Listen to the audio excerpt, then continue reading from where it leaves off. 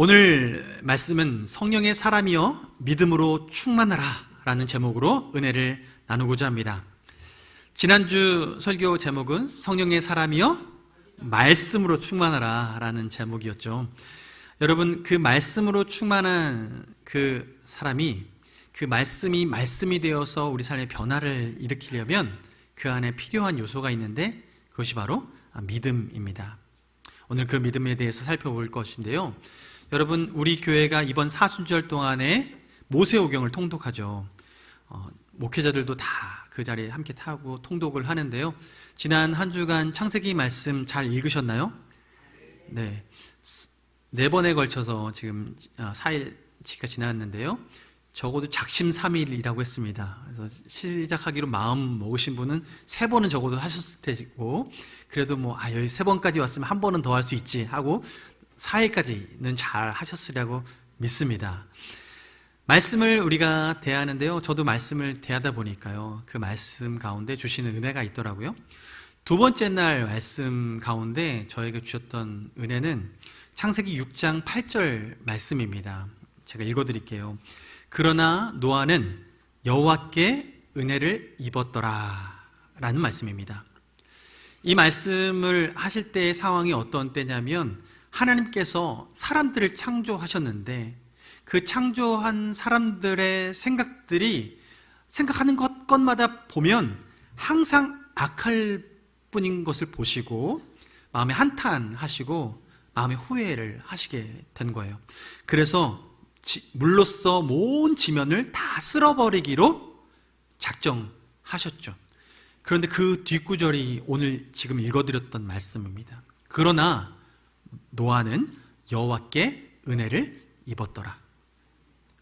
제가 이 말씀을 묵상하는데요, 이런 생각이 드는 거예요.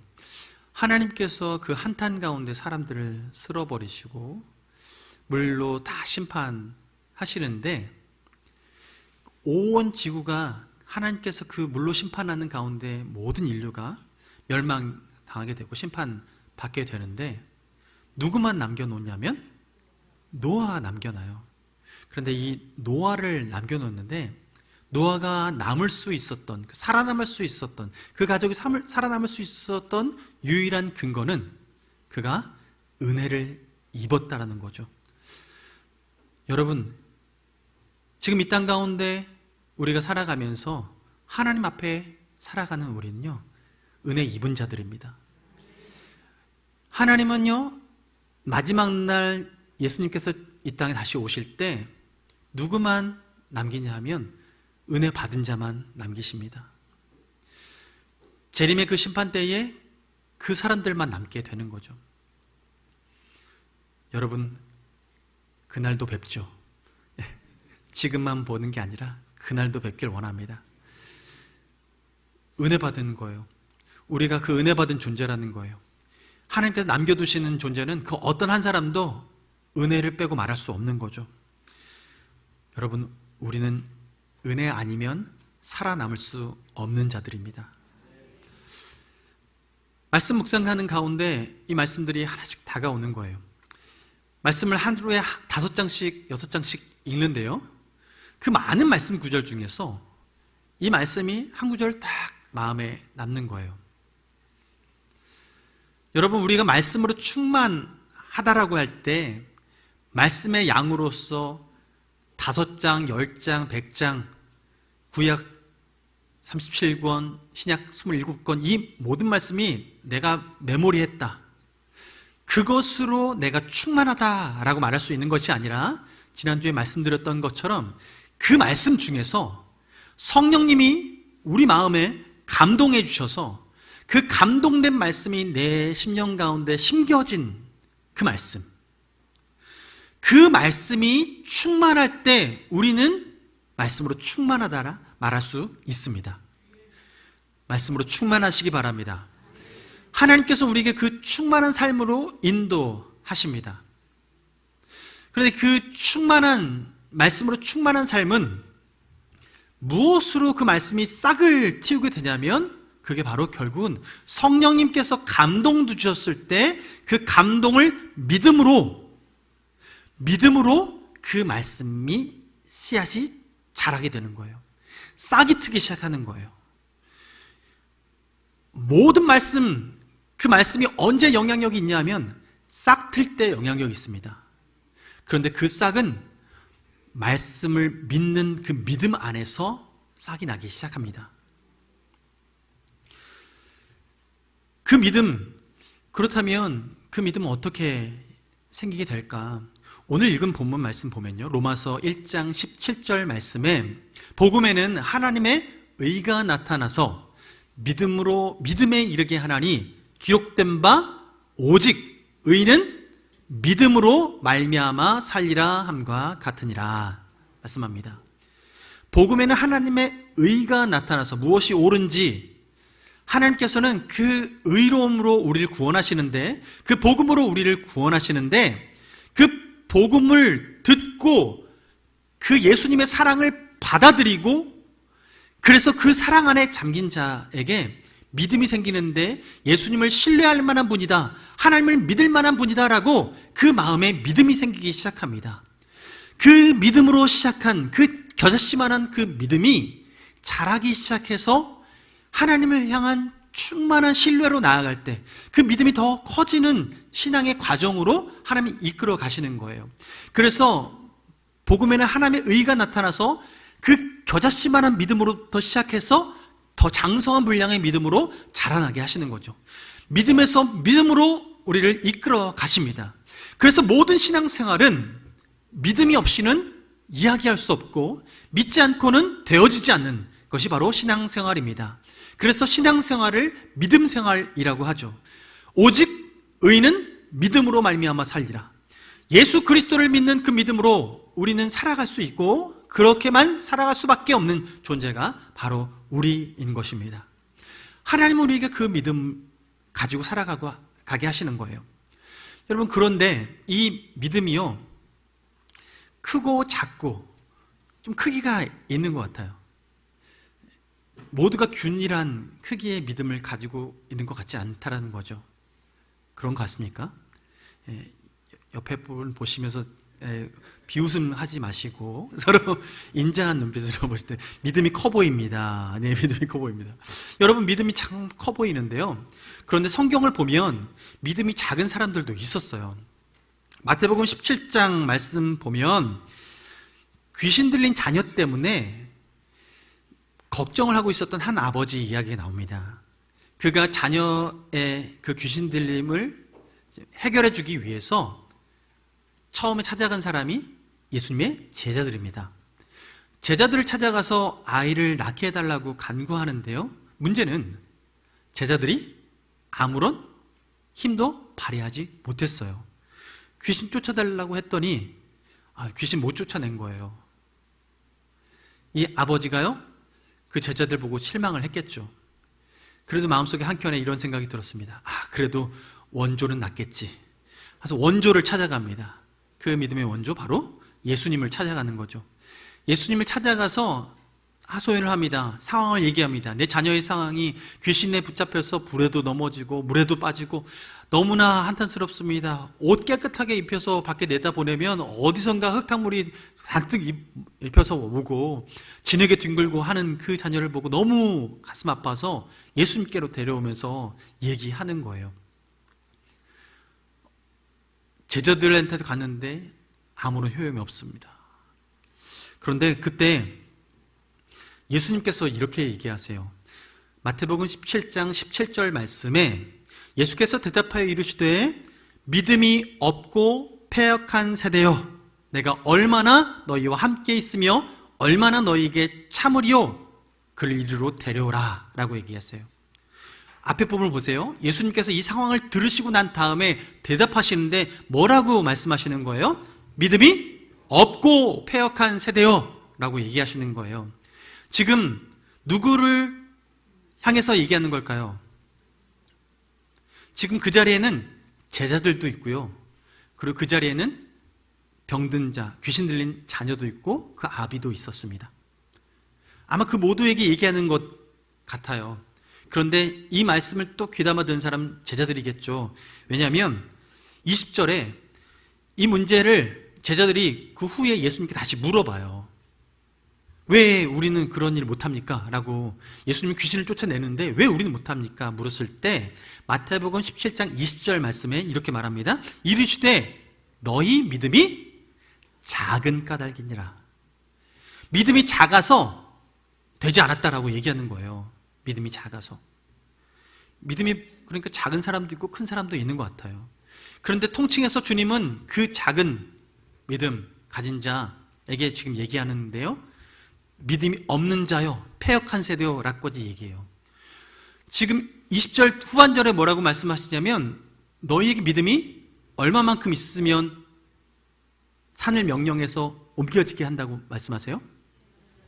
겨자씨 한 알만큼만 있어도 이 산이 들려서 저리 던지오라 말하면 그렇게 갈 거다라고 얘기하시는 거예요. 그 얘기는 지금 제자들이 그 귀신 들린 자녀를 향해서 아무 일도 행할 수 없었던 무능했던 그 상황들을 주님께서 바라보실 때는 그들에겐 겨자씨만한 믿음도 보이지 않았다라는 거예요. 그들은 지금 그런 정도의 믿음이 없는 상태에 머물러 있었던 거죠. 주님은요, 그런 상황에서 제자들을 꾸짖고 주변인 사람들한테 믿음 없는 자들이여 라고 얘기를 하면서 귀신에게 명령하고 귀신을 쫓아내려고 합니다. 근데 이때 이 상황을 다른 성경에는 어떻게 설명하냐면 마가복음 9장 말씀에는 아버지가, 이 자녀의 아버지가 예수님께 다시 한번 간구를 해요. 믿음 없는 자들이야, 패역한 세대요 라고 얘기하니까 마가복음 9장 22절에 아버지가 예수님에게 이렇게 말합니다. 무엇을 하실 수 있거든 우리를 불쌍히 여기사 도와주옵소서 이렇게 얘기해요. 아버지가 무엇을 하실 수 있거든. 이 얘기 듣고 예수님께서 욱하십니다. 그래서 하신 얘기가 뭐예요? 할 수 있거든이 무슨 말이냐? 믿는 자에게는 능치 못함이 없느니라. 이렇게 선포하셨어요. 그럼 지금 이 아버지도 믿음이 있는 거예요? 없는 거예요? 없는 거예요. 지금 예수님은 이 부분을 지적하세요. 그런데 이때 이 아버지가 잘한 행동이 하나가 있습니다. 예수님의 그 말씀을 듣고 반응을 하는데요. 마가복음 9장 24절 말씀에 이렇게 말씀하세요. 곧 그 아이의 아버지가 소리질러 이르되 내가 믿나이다. 나의 믿음 없는 것을 도와주소서. 믿음 없는 것을 어떻게 하라고요? 도와달라고 말하는 거예요. 여러분, 우리는 믿음이 없을 수 있습니다. 작을 수 있습니다. 그런데 하나님이 바라시는 것은요, 내가 작고 연약한 것, 그것 때문에 문제 삼는 것이 아니라 사실은 주님께 도움을 구하지 않기 때문에 문제가 되는 거예요. 그런데 이 아버지는요, 예수님께 도움을 구합니다. 이 문제의 지금 근본이 어디에 있는지 주님께서 말씀하셨고 이것이 믿음의 문제라는 것을 깨닫게 하시고 이것을 말했을 때 이 아버지는 주님 앞에 간구하는 거예요. 믿음 없음을 도와주소서. 여러분, 하나님 앞에 우리 있는 모습 그대로 나아가는 게 복입니다. 없으면 없다, 있으면 있다. 주님 앞에 정직하게 나아갈 때 하나님은 도우십니다. 하나님은 인격적이셔서 우리를 강제하지 않으십니다. 하나님은 인격적이셔서 강도처럼 우리 인생에 쳐들어오지 않으십니다. 우리 심령 가운데 문 부수고 들어오시는 분이 아니십니다. 우리가 주님께 도움을 구할 때, 우리의 마음을 열어드릴 때 하나님은 찾아오십니다. 여러분, 우리가 주님 앞에 보여드리기에 민망한 믿음의 분량이라면 여러분 괜찮습니다. 주님 앞에 기도하십시오. 간구하십시오. 나의 믿음 없음을 도와주십시오 라고 기도하시기 바랍니다. 아유, 괜히 기도했다고 옆 사람이 들으면 부끄러운데요. 괜찮습니다. 그러면 속으로 하십시오. 여러분이 주님 앞에 독대하고 있다라는 생각을 하시고 주님 앞에 기도하시기 바랍니다. 여러분, 내가 믿음 있는 척 하는 게 더 부끄러운 것입니다. 아닌 것 같죠? 여러분, 제자들이요, 이 귀신 들린 자녀의 이 아버지가 아들을 데리고 왔을 때 명령했겠죠. 예수님이 하셨던 것처럼 보고 따라 했겠죠. 그런데 아무런 일이 일어나지 않았어요. 근데 이때 아버지는요, 그 자녀의 아버지는 어떤 마음의 상태가 될까? 처음에 제자들을 찾아왔을 때는 소망을 가지고 정말 실오라기 같은 그 한나락 소망과 믿음을 가지고 제자들을 찾아왔을 겁니다. 그런데 그 제자들을 찾아왔을 때 그 제자들이 아무런 능력을 바라지 못했어요. 왜요? 믿음이 없었으니까. 여러분, 그 후에 제 아버지의 마음은 어땠을까요? 겨우 한오락이 가져왔던 그 믿음도 떨어지는 거예요.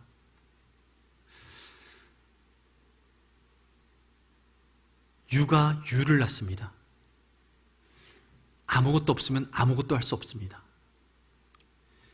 믿음이 없는 제자들에게 이 사람이 갔더니요, 아무런 것도 얻을 수 없었어요. 제자라는 직분이 그에게 능력을 주지 않았습니다. 믿음이 없는 건 없는 거였어요.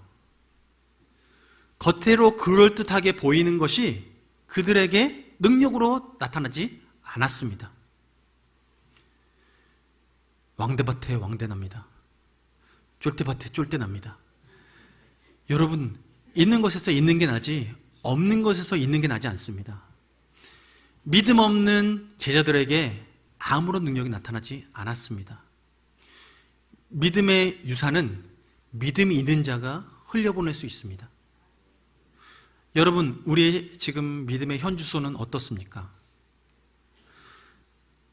제자들은 그 믿음의 민낯을 오늘 이 아버지 때문에 발견하게 됩니다.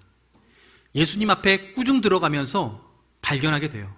그리고 뒤에 가서 조용히 물었다고 그래요. 예수님께. 들킬까봐, 사람들한테 나 믿음 없으면 들킬까봐. 그래서 조용히 물었을 때 너희들의 믿음이 작은 까닭이라 라고 진단해 주시는 거예요. 여러분, 우리는 무엇을 낳고 있습니까?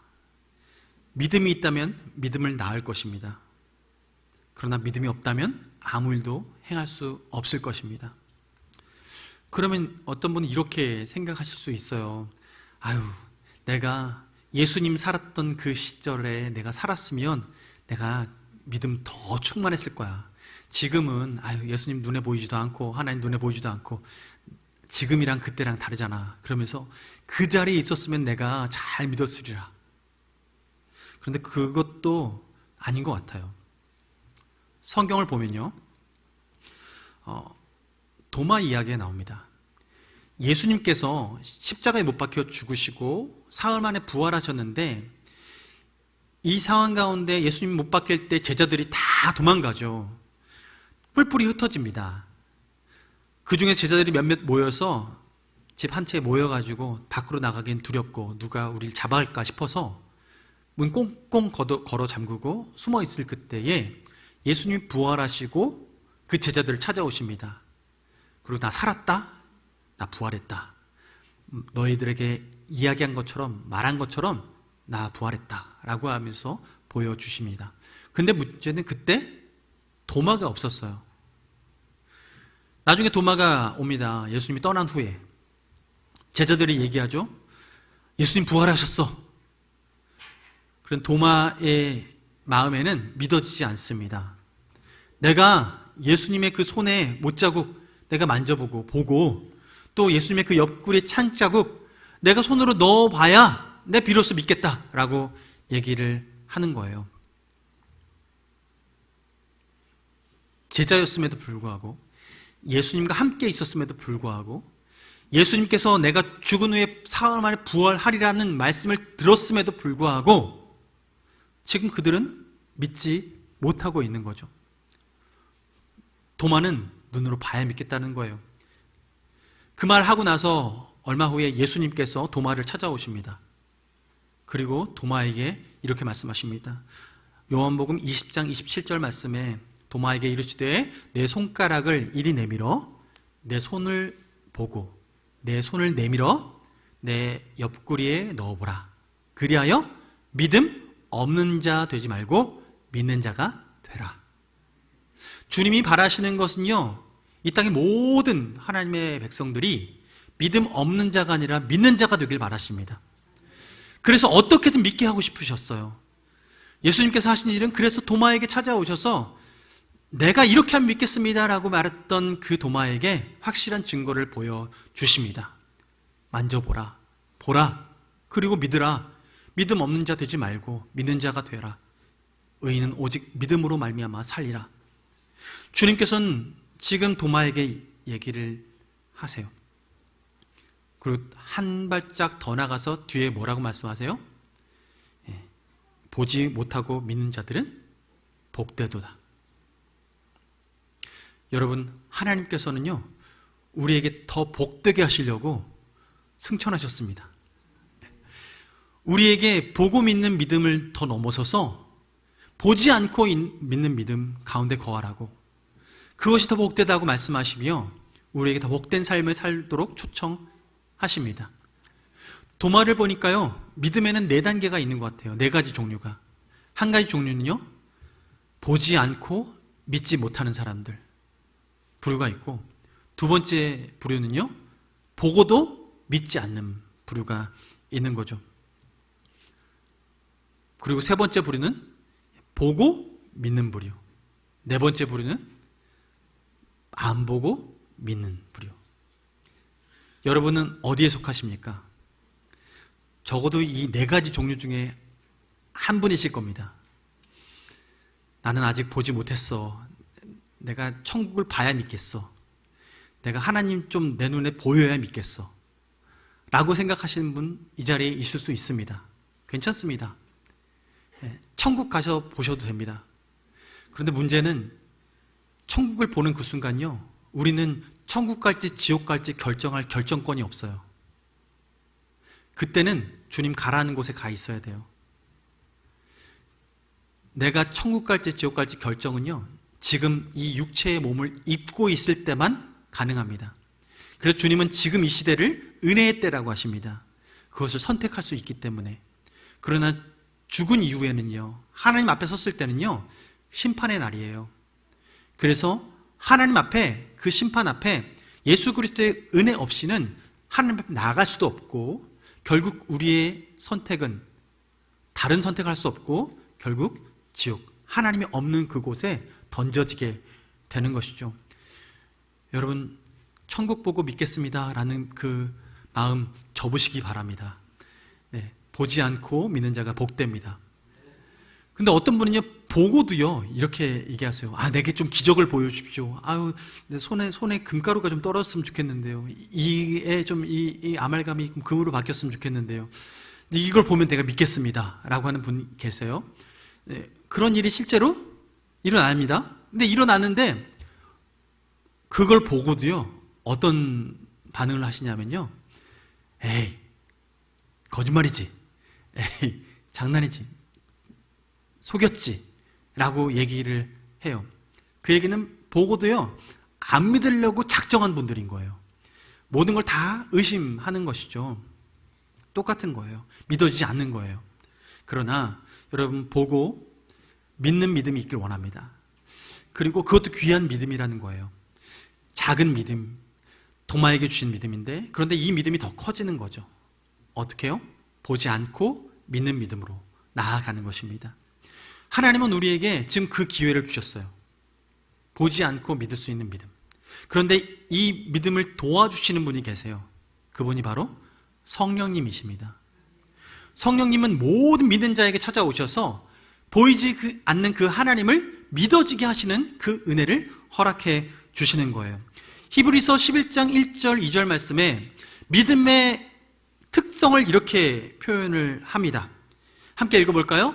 믿음은 바라는 것들의 실상이요 보이지 않는 것들의 증거니 선진들이 이로써 증거를 얻었느니라. 아멘. 믿음은 바라는 것, 아직 실체가 없는데 그 바라는 것의 지금 실상이라고 얘기하고 있습니다. 심지어 보이지 않는 것들의 증거다. 내 눈에 지금 보이지 않고 발견되지 않지만 그러나 그것이 믿어지고 성령님께서 감동해 주셔서 그것이 되어질 거라는 그 믿음이 말씀을 듣고 생길 때 이것이 실체가 되어진다라는 거예요. 내가 간절히 내 억지로 믿어서 그 현상이 벌어지는 게 아니라 성령님께서 되어지게끔 믿어지게끔 하시는 그 역사가 있을 때 이 모든 것들이 실체가 된다라는 거죠. 이것이 믿는 자 안에서 벌어지는 거예요. 그래서 믿음은 앞으로 멀리 시간적으로 미래, 공간적으로 다른 공간에 벌어지는 그 일들을 지금 이 자리에서 누릴 수 있도록 하는 것이 믿음입니다. 하나님은 그 믿음을 가지고 우리에게 살아가게 하시는데요. 그 믿음이 그러면 어떻게 해야 성장할 수 있을까? 믿음의 특성을 알아야 되는데요. 로마서 말씀을 보면 10장 17절 말씀에 우리가 잘 아는 말씀입니다. 이렇게 말씀합니다. 그러므로 믿음은 들음에서 나며 들음은 그리스도의 말씀으로 말미암았느니라. 아멘. 믿음은 무엇으로부터 옵니까? 들음에서부터 옵니다. 듣는데 뭘 들어요? 그리스도의 말씀을 듣는다고 말씀하고 있죠. 믿음은요, 이 공식으로 형성이 됩니다. 말씀을 듣고 반응하는 거죠. 믿어지는 거예요. 여기서 중요한 것은 뭐냐면 듣는 것 중요한데요, 그 듣는 내용이 또 무엇인가가 중요해요. 그러니까 그 내용의 근원이 뭔가 하는 거죠. 이 시대는 올바른 믿음과 그른 믿음이 있는데 올바른 믿음과 그른 믿음이 바뀌어지는 그 곳이 어디냐면 이 근원에 있습니다. 그리스도의 말씀을 근본으로 한 들음인지 아니면 이단 사설, 내 욕심, 그것에 근거한 내용을 듣는 것인지. 이 세상 모든 사람은요, 믿는 대로 살아가거든요. 교회 밖에 있는 사람 믿음 없이 살아가는 것 같지만요, 아니요, 그분들도 믿는 대로 살아가고 있는 거예요. 내가 오늘도 돈 벌어야지만 살 수 있어 라는 믿음이 있기 때문에 돈 벌러 나가는 것이고, 우리가 무엇인가 인맥을 의지하지 않으면 내가 고위 관료로 올라갈 수 없어 라고 그것을 믿는 자가 사람들에게 찾아가는 거예요. 믿는 대로 살아가는 거죠. 그런데 그 믿음의 뿌리가 무엇이냐는 거예요. 여러분, 하나님은 우리에게 그 믿음의 뿌리를 말씀으로 주셨습니다. 말씀을 들음으로 믿음이 생기는 거죠. 자, 여기서 그러면 그냥 듣기만 하면 되겠습니까? 들으면 저절로 믿음이 막 생깁니까? 여기서 기억해야 될 것은 그 믿음이 성장하는 그 과정의 중간 단계에 무엇이냐면 말씀을 듣고 순종할 때 믿음이 생깁니다. 순종이란 단계가 들어가야 되는 거예요. 하나님은 우리에게 말씀대로 그리고 그것을 듣게 하시고 그것을 우리 가운데 듣고 순종하게 되어서 실제로 내가 경험할 때 내 믿음이 성장하게 되는 거예요. 여러분, 베드로를 보세요. 베드로가 예수님을 처음 만났을 때가 언제입니까? 밤이 맞도록 그물질을 했는데 아무것도 거두어들이지 못한 때였습니다. 그때 예수님이 베드로가 탄 배에 올라서 사람들에게 설교한 이후에 베드로에게 또 다른 명령을 하시죠. 저기 깊은 데로 가서 그물을 던져라 라고 말씀하십니다. 그런데 이 말씀을 들은 베드로가 어떻게 반응합니까? 누가복음 5장 5절 말씀에 이렇게 반응합니다. 시몬이 대답하여 이르되 선생님, 우리들이 밤이 새도록 수고하였으되 잡은 것이 없지만은 말씀에 의지하여 내가 그물을 내리리이다. 뭘 의지해서요? 말씀을 의지해서 그물을 내리리이다. 말씀을 지금 듣고 순종한 거예요. 베드로의 믿음의 시작은 여기서부터 시작됩니다. 예수님의 말씀을 듣고 순종했더니 어떤 일이 벌어졌냐면 그물을 끌어올렸는데 2배에 차고 넘치도록 물고기가 잡힌 거예요. 베드로는 그때 예수님을 새롭게 알아보고 나는 죄인이로소이다, 나를 떠나소서라고 말하면서 예수님을 신으로서 마음에 받아들이기 시작합니다. 믿음이 생기기 시작한 거죠. 예수님에 대한 신뢰가 생기기 시작한 거예요. 베드로가요, 굉장히 혈기왕성한 사람입니다. 몸도 빠르고 한번 얘기하면 생각하는 것보다 몸이 더 빨리 움직이는 사람이에요. 예수님이 오병이어의 기적을 베푸시고 나서 제자들을 먼저 배를 태워서 강 건너편으로 보내십니다. 예수님은 무리들을 보내고 기도하고 따라가려고 합니다. 밤이 되었습니다. 예수님의 제자들은 배를 타고 가는데요, 앞으로 전진 노를 아무리 졌는데 앞으로 나아가지 않습니다. 바람이 가로막고 있어서 나가지 못하고 있는 그때에 멀리서 희끄무레한 물체가 물 위를 하고서 이렇게 오는 거예요. 하고 오는데 멀리서 물체가 보이는데 이게 뭔가 제자들이 보는데 너무 놀란 거죠. 예수님 말씀하십니다. 내니 안심하라. 나 예수야, 안심해 라고 말씀하시는 거예요. 이때 베드로가 말하죠. 정말 주님입니까? 정말 주님입니까? 그렇다면 나로 명하사 예수님처럼 물 위를 걷게 해주십시오 라고 간청을 해요. 예수님이 그 얘기를 듣고 반응하십니다. 오라! 한마디 던지세요. 오라! 베드로는 그 오라라는 그 말씀을 듣자마자 네! 하고 물 위로 발을 내딛습니다. 그리고 그가 경험한 것은 물 위를 걷는 거예요. 예수님처럼 걷게 되는 경험을 하게 되는 거죠. 베드로는 믿음의 성장이 어떻게 이루어지는지 잘 몸으로 체득한 사람입니다. 예수님을 처음 만났을 때부터 그 이후에 예수님과 동행하면서 그 믿음의 성장은 순종을 통해서 온다는 것을 안 거죠. 듣고 순종하고 그의 반응으로 믿음이 내 안에 더 깊게 들어오는 거예요. 이 선순환이 우리 안에 이루어질 때 우리 안에 믿음의 성장이 이루어지게 됩니다. 그래서 믿음의 선배들은 어떻게 살았을까요? 이렇게 살았어요. 지금 보이지 않고 경험해보지 않는 그 일들을 말씀을 의지해서 그 말씀하신 대로 이루어질 것이라는 확신을 갖고 그 믿음을 가지고 보지 않는데도 불구하고 내가 믿음으로 순종하며 나아가는 그 걸음을 걸어가요. 히브리서 말씀을 보면요, 11장 말씀은 믿음장이라고 하잖아요. 7절 말씀을 보면 믿음의 한 사람이 나옵니다. 바로 노아인데요, 오늘 서두에도 말씀드렸지만 하나님께서 은혜를 베푸셔서 구원한 그 노아, 그 노아가 그 은혜를 누릴 수 있었던 것은 이것 때문이죠. 함께 읽어볼까요? 시작. 믿음으로 노아는 아직 보지 않는 일에 경고하심을 받아 경외함으로 방주를 준비하여 그 집을 구원하였으니 이로 말미암아 세상을 정죄하고 믿음을 따르는 의의 상속자가 되었느니라. 아멘. 노아가 그 땅에 하나님께서 진노의 계획을 가지신 것을 듣고 나서, 그리고 하나님께서 그 방주를 준비하라라는 그 명령을 내린 후에 그가 어떻게 반응했냐면 방주를 짓기 시작하는 거예요. 얼마나 걸렸습니까? 약 70년에서 80년의 시간이 걸려서 그 방주를 지어요. 그러니까 당장 이 명령이 내려진 이후에 다음 날 하나님께서 홍수를 주신 것도 아니고 1년 후에 주신 것도 아니고 2년 후에 주신 것도 아니고 우리가 태어나서 직분받고 은퇴할 때쯤 돼서 여기 우리 명예장로님, 명예권사님 나이가 쯤 돼서 시간이 그만큼 지나서야 비로소 홍수가 내린 거예요. 시간이 그렇게 흐르는 거죠.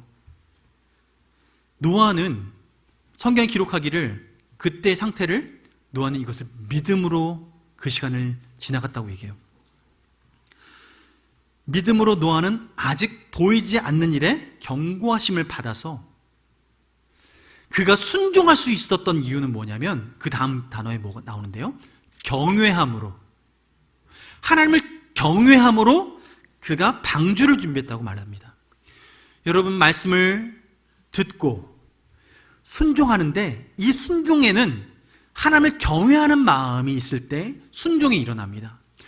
하나님을 하나님으로 인정할 때 순종하게 됩니다.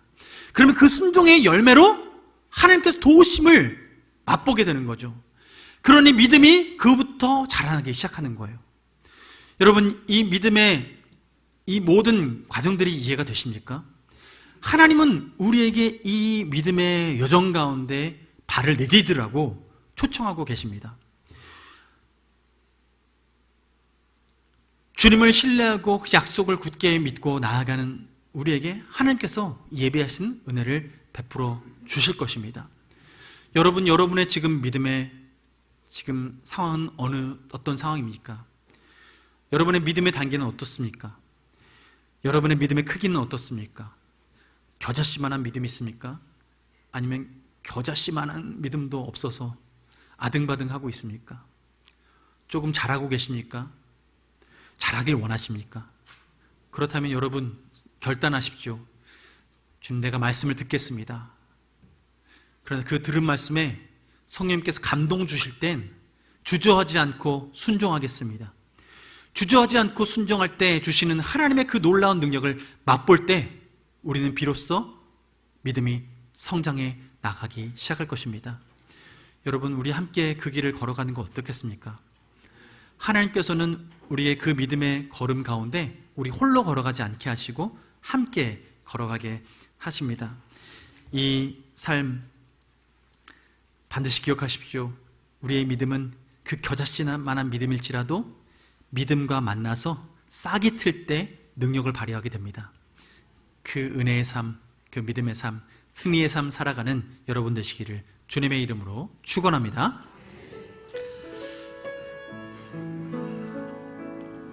예수님께서 겨자씨만한 믿음이 있어도 이 산을 명하여서 여기서 저기로 옮겨지라 하면 옮겨질 것이라고 말씀하십니다.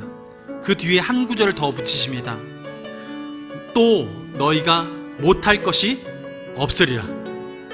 하나님께서 우리에게 말씀을 하시고 성령으로 감동하셔서 깨닫게 하시고 그 말씀에 경외함으로 순종하게 하실 때 우리 삶에 능치 못함이 없으리라고 말씀하고 계시는 것입니다.